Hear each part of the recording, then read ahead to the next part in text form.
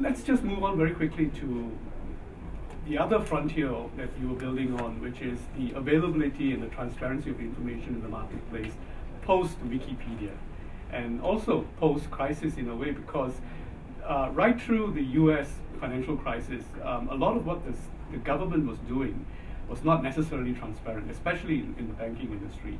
How much money they were putting into which institutions, and which institutions were benefiting from taxpayers' money, and what they used it for, and all of that information. You, in a way, sort of making a case for a lot of that to come online. We not only made the case, we sued the Federal Reserve Bank and won. When they didn't release the recipients of various forms of aid, we took them to court. And the courts have ruled in our favor, said one of our key principles, in fact, in many ways, it is a founding principle of Bloomberg, is that we stand for transparency. More information is a social good. It's a financial good. And we are going to continue to fight for that principle. What is your sense of what Wikipedia is doing to, sorry, not Wikipedia, but WikiLeaks is doing to the marketplace? I don't think it's had a big effect on the marketplace yet. Certainly there are threats out there that they're going to reveal information, secret information from within financial institutions. But what does it do to the discipline of providing information, which regulators, seem to think that is proprietary to themselves?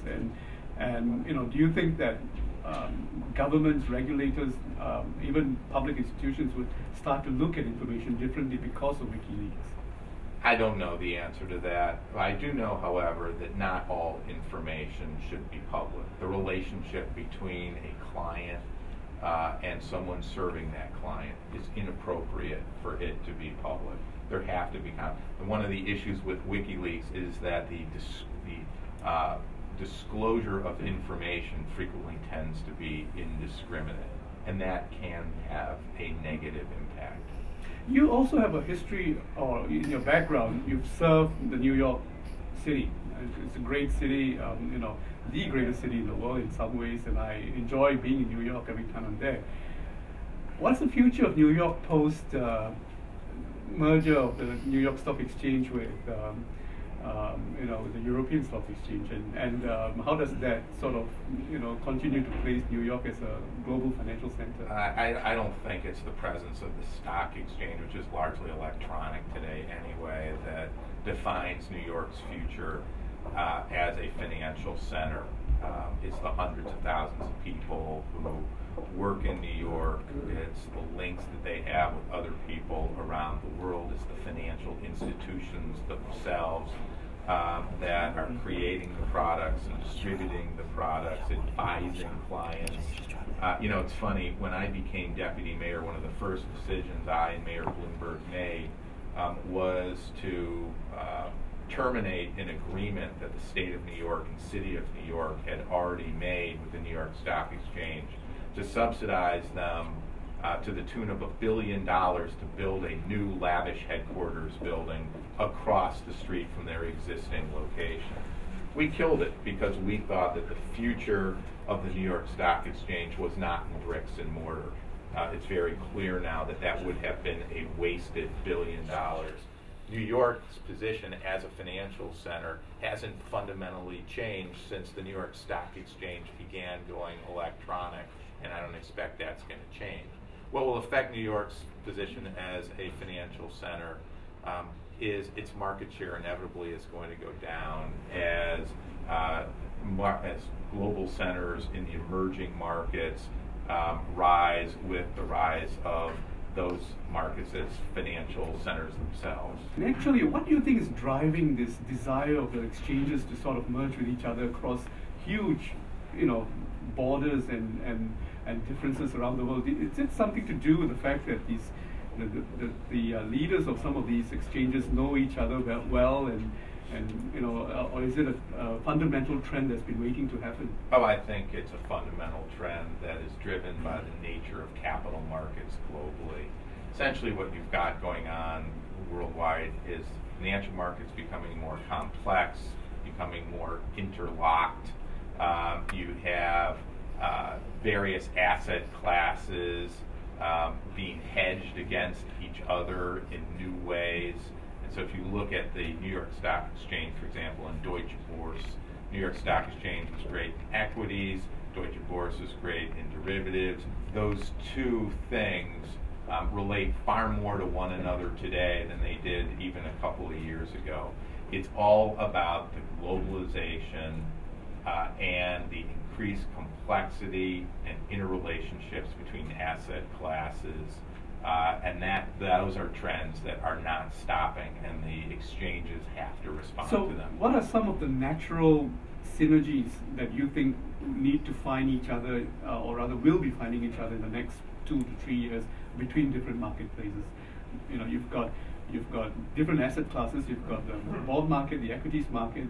South America is very much When we look at our customers, what we see overwhelmingly is a trend toward greater relationships between nearly all asset classes: bonds and equities, convertibles and bonds, foreign exchange and equities, foreign exchange and bonds, commodities and equities, derivatives against all of them.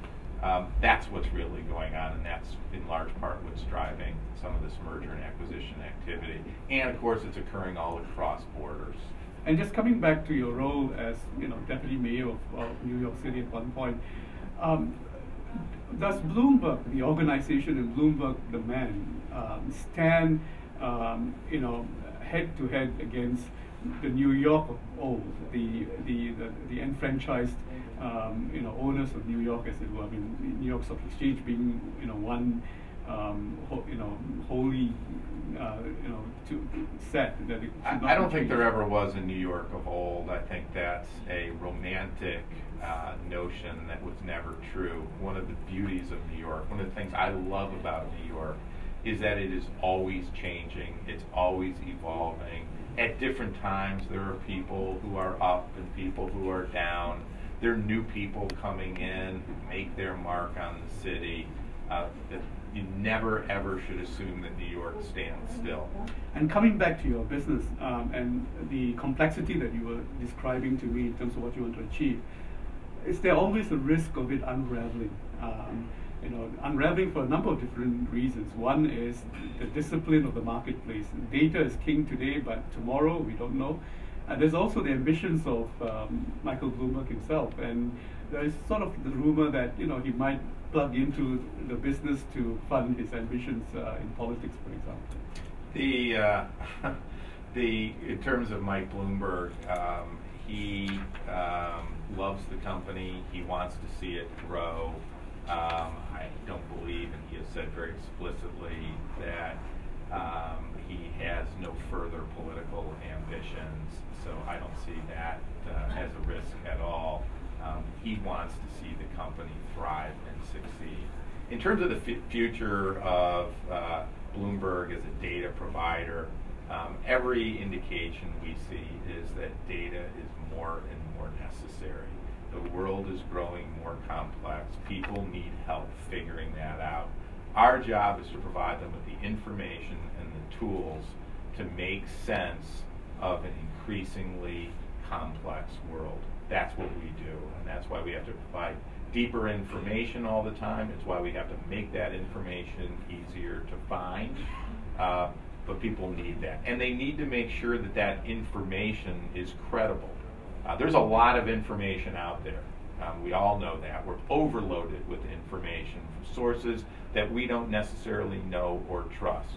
When you're making decisions, big decisions, involving a lot of money, you need to turn to credible sources of information.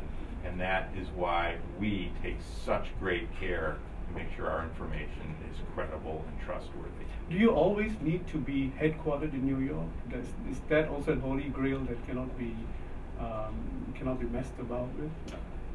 I think you'll always see the largest percentage of our employees based in New York. We do the vast bulk of our research and development out of New York. But geographically, we are diversifying just like our business is diversifying. only about 37% of our revenues come out of America today. A somewhat higher percentage of our employees are there, but the percentage of employees as well as the percentage of our business in America is declining. It's still growing in absolute terms, but as a percentage of the worldwide totals, it's declining. And that simply reflects the growth of the other markets. Dan Doctoroff, the investment banker, Dan Doctoroff, the public servant, and Dan Doctoroff, the Bloomberg executive. What's the percentage of you, in terms of the roles that you play today?